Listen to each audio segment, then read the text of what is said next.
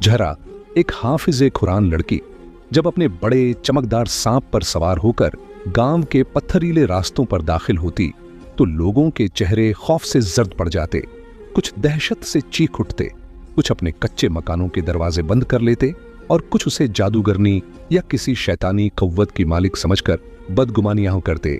बच्चे अपनी माओं की आगोश में छुप जाते, बूढ़े बुजुर्ग दुआएं पढ़ने लगते और गांव का हर फर्द ये सोचता कि जहरा और उसका ये अजीब सांप क्या कोई जिन है, क्या ये अल्लाह की रहमत है या कोई शर्अंगेज ताकत या फिर कोई सज्जा है।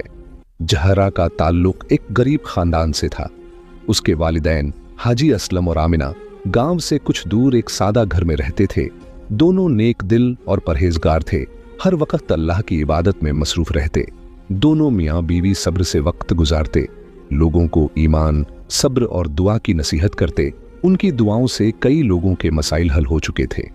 हालांकि वो बहुत सादा और मुतमिन जिंदगी गुजार रहे थे और बज़ाहिर बहुत खुश दिखाई देते, मगर एक दुख उनके दिल को खाए जा रहा था कि जहरा के बाद, जो अब 22 बरस की खूबसूरत और जवान दुशिजा बन चुकी थी, उसके बाद उन्हें कोई और औलाद न हुई।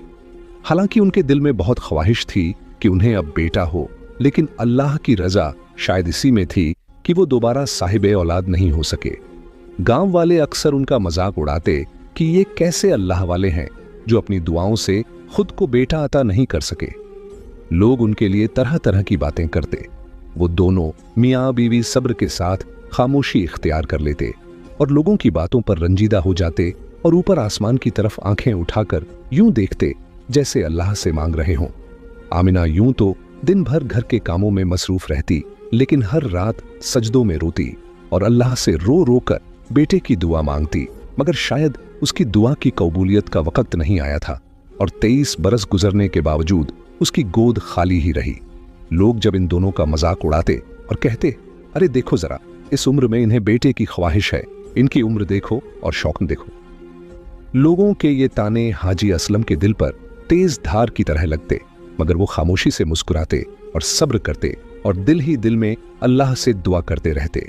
लेकिन हाजी असलम की निस्बत आमिना के दिल में ये बातें गहरी चोट करती और वो रातों को रोती और अल्लाह से गिड़गिड़ा कर दुआ करती। एक रात जब हर तरफ सन्नाटा फैला हुआ था और सितारे आसमान पर जगमगा रहे थे, उस वक्त हाजी असलम ने तहज्जुद की नमाज में सजदे में गिरकर दुआ की, या अल्लाह, अगर मजीद औलाद मेरे नसीब में नहीं तो मुझे सब्र अता फरमा, और अगर मेरे नसीब में लिखी है तो मुझे अपनी रहमत से नवाज दे। हाजी असलम ने अल्लाह के आगे रो रो कर दुआ की और कितनी ही देर सजदे में गिरा रहा, यहां तक कि उसका सारा चेहरा आंसुओं से तर हो चुका था। लेकिन आज उसने बहुत रक्त आमेजी और दिलगिरी से दुआ मांगी थी और अल्लाह से अपने लिए औलाद तलब की थी, वरना हाजी असलम का कहना था कि मुझे सब्र से नवाज दे मेरे मौला, अगर औलाद मेरे नसीब में नहीं तो। ये दुआ करके हाजी असलम का दिल मुतमिन हो चुका था और उसे यूं लग रहा था कि अब उसकी जिंदगी में बढ़ोतरी आएगी, या तो वो औलाद से नवाज दिया जाएगा या फिर वो साबिरीन में से हो जाएगा। और फिर अगली ही सुबह आमिना ने जब खुशी खुशी ये बताया कि वो उम्मीद से है, तो हाजी असलम की आंखों में खुशी के आंसू छलक उठे और वो बेख्तियार सजदे में गिर गया और मालिक का शुक्र अदा करने लगा, जिसने उसकी दुआ को कबूल किया और उसे अपनी रहमत से नवाज दिया। हाजी असलम की खुशी का कोई ठिकाना नहीं था, लेकिन इस खुशी के मौके पर भी उसके दिल में तकब्बुर नजर नहीं आया, बल्कि वो पहले से भी ज्यादा आजिज होता गया। ये खबर सारे गांव में फैल गई। हर कोई हैरान था कि आखिर ये कैसे मुमकिन है, जबकि हाजी असलम और आमिना बीबी अब उम्र रसीदा हो चुके हैं, तो अब उनकी औलाद कैसे मुमकिन है। लेकिन लोगों को अब यकीन आ गया था कि हाजी असलम और आमिना बीबी अल्लाह के खास बंदे हैं, जिनके ऊपर अल्लाह का करम था और अल्लाह ने उनकी दुआओं को कबूल कर लिया था। वही लोग जो कल तक उन्हें ताना देते थे और अपनी बातों से उनका दिल छलनी करते रहते थे, अब मुबारकबाद देने लगे। हाजी असलम और आमिना बेहद खुश थे और उस वक्त का एक एक लम्हा इंतजार कर रहे थे। वक्त गुजरने के साथ आमिना की तबीयत भारी होती गई, मगर उसके चेहरे पर अजीब सी रोशनी थी, ममता का नूर था, जैसे अल्लाह ने उसकी दुआ सुन ली हो। फिर वो दिन आया जब आमिना की तबीयत खराब होने पर गांव की दाई बीबी रजिया को बुलाया गया। जब दाई ने देखा कि आमिना ने इंसान की बजाय एक बड़ा चमकदार सांप जना, जिसकी आंखें गहरी स्याह थीं और जिस्म से अजीब सी चमक निकलती थी, तो वो खौफ से कांप उठी। उसकी चीखें गांव में गूंज उठी। वो भागकर गांव वालों को बताती गई कि आमिना ने सांप जना है, ये गुनहगार लोग हैं, ये अल्लाह की सजा है। सारा गांव इस अजीब वाक़े पर हैरान और परेशान था। लोग तशवीश में मुब्तिला हो गए।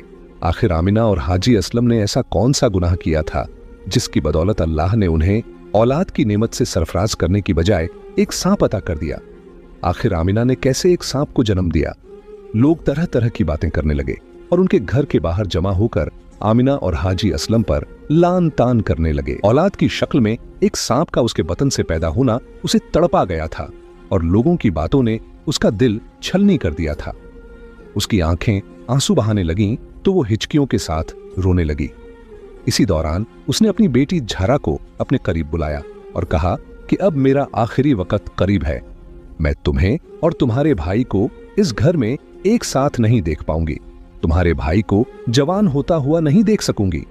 मैं जान गई हूं कि मैं अब मजीद जिंदा नहीं रहूंगी, इसलिए मेरे बाद तुम्हें ही अपने भाई का ख्याल रखना है।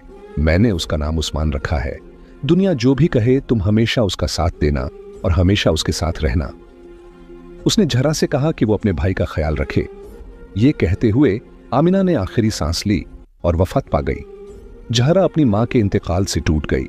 वो अपनी मां को याद करके बहुत रोई, मगर उसने अपने भाई उस्मान को अपने बाजुओं में समेट लिया और उसकी परवरिश शुरू की।